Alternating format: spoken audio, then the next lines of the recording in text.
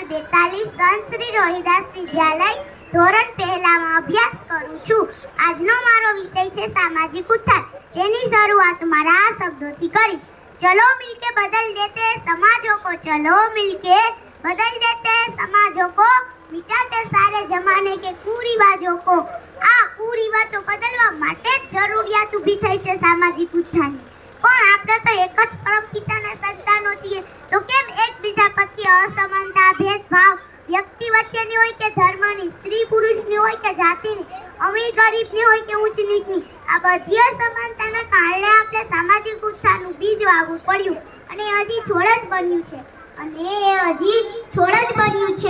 એને આપણે બધાએ સાથે મળીને મોટ વૃક્ષ બનાવવું પડશે, તો જ બધાને એક સમાન ન્યાય મળી શકશે.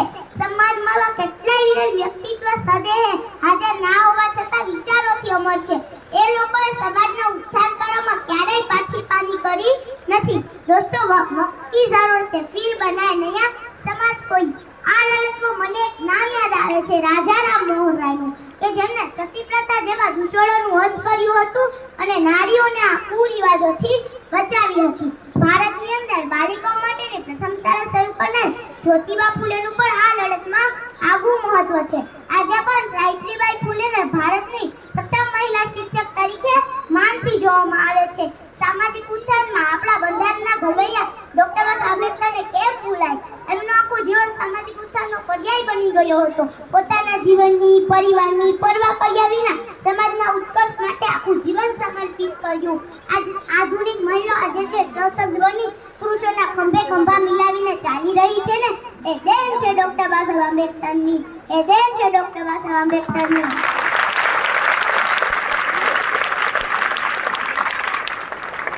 ન્યુયોર્કમાં ભાષણ આપતા તેમના શબ્દો હતા કે માતા પિતા બાળકોને જન્મ આપે છે, તે તેમને કર્મ નથી આપતા. માતા બાળકોના જીવનને યોગ્ય વળાંક આપી શકે છે. આને ધ્યાનમાં રાખીને જો આપણે પણ આપણા છોકરાઓની સાથે આપણી છોકરીઓને શિક્ષિત કરીશું, તો જ આપણા સમાજની પ્રગતિ ઝડપથી થશે. આ નિવેદન સંપૂર્ણ પણ સાચું સાબિત થયું છે. આજની આ ભારતીય છોકરીઓ વિમાન ઉડાડતી થઈ ગઈ છે.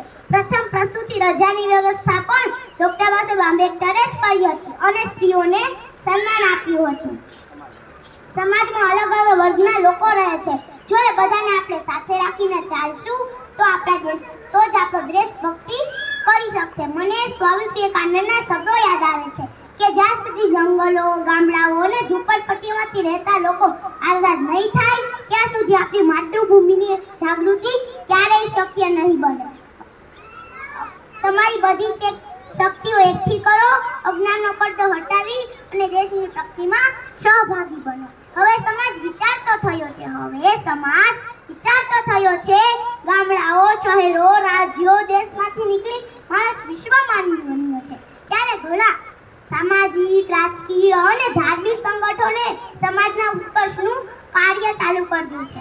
સામાજિક ઉત્થાન માટે થોડા સમય પહેલા માનનીય વડાપ્રધાન શ્રી નરેન્દ્રભાઈ મોદીએ પીએમ સૂરજ નામનું પોર્ટલ લોન્ચ કર્યું હતું, જેમાં સમાજના વંચિત વર્ગોને ધીરાસહાય આપી પૂરી પાડી ઉત્કર્ષ કરવાનો ધ્યેય છે. ગુજરાત સરકાર દ્વારા પણ સામાજિક ઉત્થાનના કાર્યો કરવામાં આવે છે, જેમાં નમો લક્ષ્મી અને નમો સરસ્વતી જેવી યોજનાઓનો પણ સમાવેશ કરવામાં આવે છે. અંતે તો હું એટલું જ કહીશ કે સામાજિક ઉત્થાન એ કોઈનો ઇજારો નથી. એ તો વ્યક્તિથી લઈને લોક ભાગીદારીની આહુતિ આપવાની છે. જય હિન્દ.